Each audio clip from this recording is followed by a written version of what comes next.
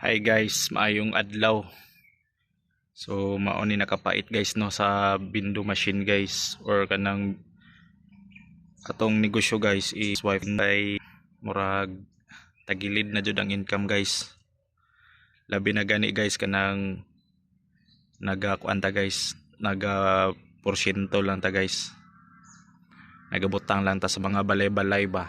Tapos porsyentuhan lang kay anytime jud na guys. Based on reality, dali ra kay sila makaingon guys nga kuha lang ni inyong window kay hinay ang internet, hinay og signal. So mao jud na reality guys. Pareha ni guys. Nadaot lang ang akong Starlink guys. Nya nagpaabot kog replacement kana guys, so naabot.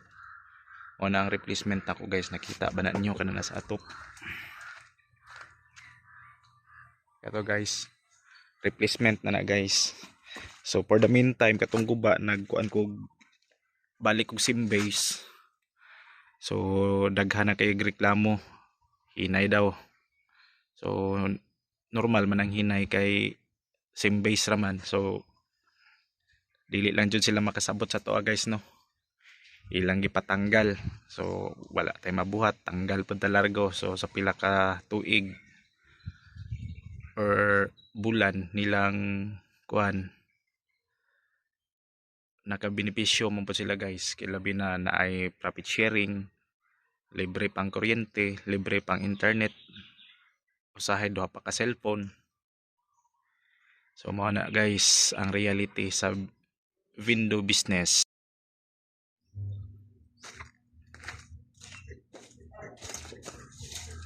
So balik tag hinlo ni guys kay ngita na lang taglaing hindi bayanan na ni guys balag hinay. So naka-decide or nakahuna-una na ko guys no. Hinahinay lang siguro tag pangitag laing negosyo ni guys. Kay murag apiki na jud kung window lang no.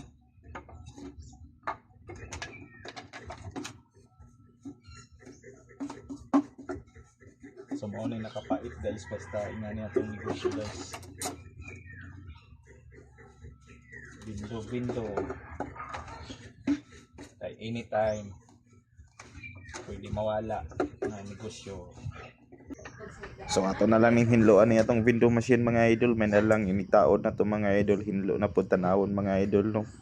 Murag mo bag-o pud siya balik mga idol, may na lang basin daig mo na maka-attract sa atong customer mga idol ba nga hinlo ang window. So ato nang hinloan para mangita na pud tag area lain nga kabutangan mga idol kay sayang pud matambay ni mga idol.